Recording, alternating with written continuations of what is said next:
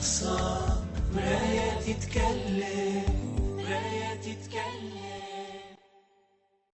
أنا كي جيت فهمت يعني نناقش العون الأمن علاش تظهر في زميلي الأستاذ بوعلي وسمية بعد أن ضربه يعني بلكمة فهمت وطاح على الأرض فهمت. مشيت جبدته قلت له علاش تضرب فيه، يتلفت فهمتني يعيط على زوز زملاء، الزملاء نتاعو يجبدوني فهمت يحبوا يطلعوني في الباقة. أنا شديت في الباب فهمتني ما قدروش يدخلوني. ما راني الاول عمل امن هو اللي صاحب الصوره اللي هبطناها في فيسبوك ان يوخر التالي ويضربني بركبته فهمت ويدخلني بالباقه بالشتم وبالسب وكل انواع يعني العنف المعنى. وتنوقف نوريكم انها هي الضربه تاع فوق.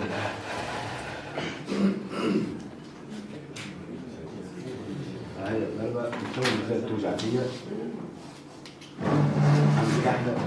بالنسبة للاعتداء اللي صار على المحامين هو اعتداء على لسان الدفاع، اعتداء على جميع المحامين. هذه رسالة أنها مشفرة موجهة لجميع الزملاء فهمت ولا للمحامين لإهانتهم، لأن هذه ما صارتش أول مرة، صارت الأستاذ نعمان سلطان عملول وصارت لعدة زملاء في عدة ولايات ولحد الآن لا الأعوان اللي اعتدوا على الزملاء فهمت وخاصة نعمان سلطان فهمت اللي اعتدوا عليه مازال البحث، مازال يعني ملف عند قاضي التحقيق وما صار فيه حتى شيء فهمت، ونقلوا الأعوان لولاية أخرى باش يفلتوا من العقاب.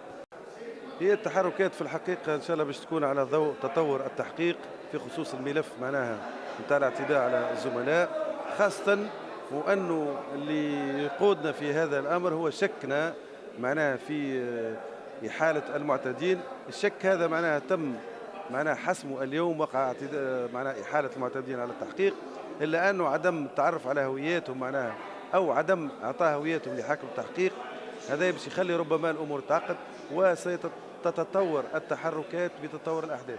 اليوم انعقد اجتماع طارئ الهيئة النقابية الجهوية الموسعة بقفصة على خلفية الاعتداء الحاصل على زملائنا اللي عاملين أمس في مدخل قفصة لتأمين معناها حفظ نظام وتأمين السيارات وتأمين المواطنين، إلا وأنه بعض سادة محامين اعتدوا على زملائنا، نعتبروها حادثة معزولة.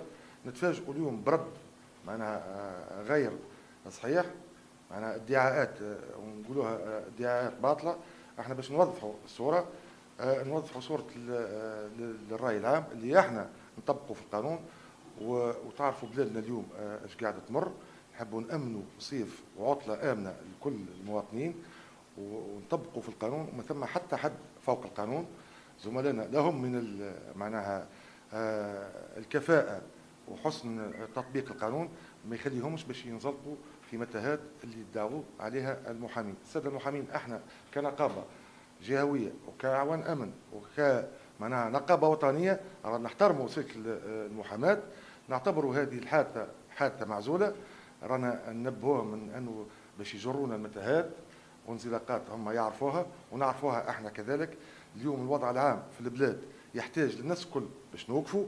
اليوم راهي بلادنا معناها تحتاج من كل مواطن تونسي مهما كان صيفته باش نوقفوا ونأمنوا بلادنا، الناس كلها مع بعضنا بدون معناها تفرقة. ما نحبوش حادثة معزولة معناها تولينا مشكلة رأي عام.